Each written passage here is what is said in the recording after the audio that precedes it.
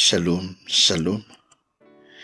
Je rends grâce à Dieu pour cette nouvelle opportunité qu'il m'accorde de pouvoir partager la parole du Seigneur avec particulièrement les serviteurs de Dieu, les encadreurs, ceux qui ont déjà grandi d'une certaine manière. J'ai béni le Seigneur. Merci particulièrement au pasteur. Bienvenue, mon beau-frère, comme Papa Francine Doka il avait dit, mon beau-frère. Que le Seigneur vous bénisse abondamment. Papa, bienvenue à Cassia. Je prie, Seigneur, merci de nous parler et de glorifier ton nom. Au nom de Jésus. Amen. Jean chapitre 20, verset 12, ou même le verset 11. Cependant, Marie s'était née dehors, près du sépulcre, et pleurait. Comme elle pleurait, elle se baissa pour regarder dans les sépulcres. Elle vit deux anges, vêtus de blanc, assis à la place où avait été couché le corps de Jésus, l'un à la tête et l'autre aux pieds. Ils lui dirent: « Femme, pourquoi pleures-tu » Elle leur répondit: « Parce qu'ils ont enlevé mon Seigneur, je ne sais où ils l'ont mis. » En disant cela, elle se retourna.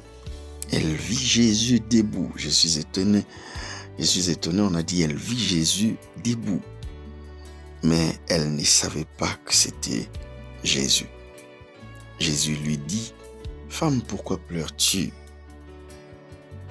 Qui cherches-tu » Elle, pensant que c'était les jardiniers, lui dit: « Seigneur, si c'est toi qui l'as emporté, dis-moi où tu l'as mis et je le prendrai. » Jésus lui dit: « Marie. » Elle retourna et il dit en hébreu: « Rabouni », c'est-à-dire maître. Je lui dis: « Ne me touche pas, car je ne suis pas encore monté vers mon Père, mais va trouver mes frères et dis-leur que je monte vers mon Père, votre Père, vers mon Dieu et votre Dieu. » Frères et sœurs, je viens juste avec une petite pensée pour dire à chacun de nous qui avons grandi, qui sommes devenus des pères. Il y a de ceux-là qu'on appelle père aujourd'hui, qu'on appelle maman aujourd'hui, qu'on appelle pasteur aujourd'hui. Je voudrais simplement nous rappeler à nous tous que nous n'avons pas été des pères depuis les débuts. Depuis les débuts, on n'a pas été extraordinaire. Depuis les débuts, on n'a pas été aussi stable qu'on peut l'être aujourd'hui. Vous n'avez pas toujours été stable. Au début, vous êtes tombé aussi. Au début, vous étiez en train de tâtonner aussi. Au début, vous ne saviez pas exactement quoi faire. Au début, nous étions en train de refaire le même péché. Le même péché.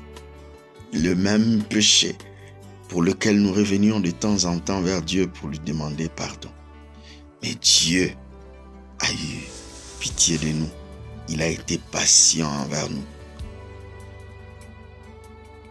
En cette petite exhortation, je voudrais demander à quelqu'un d'être aussi patient vis-à-vis des enfants que le Seigneur a mis autour de toi. Si nous ne sommes pas patients, nous sommes en train de tuer les héros de demain, excusez-moi. Arrêtons de tuer les héros de demain à cause de notre manque de patience. Jésus a patienté. Marie ne pouvait pas comprendre directement, mais Jésus a patienté jusqu'à ce que Marie comprenne que c'était le maître. Nous ne comprenons pas encore avec précision les choses, Les enfants qui sont autour de nous ne comprennent pas encore exactement les choses. Les enfants qui sont autour de nous ont encore de la lenteur à comprendre. Supportons-le. Supportons-le. En le supportant, nous créerons des héros de demain et nous en serons fiers. Rappelez-vous de ce qui s'est passé avec Paul et Barnabas, avec Jean-Marc au milieu. Rejeté par Paul, il a été récupéré par Barnabas. Il a été travaillé. Et Dieu a fait grâce que ce même Jean-Marc a été utile pour Paul. Ne tuons pas les héros de demain. Que Dieu vous bénisse. Amen.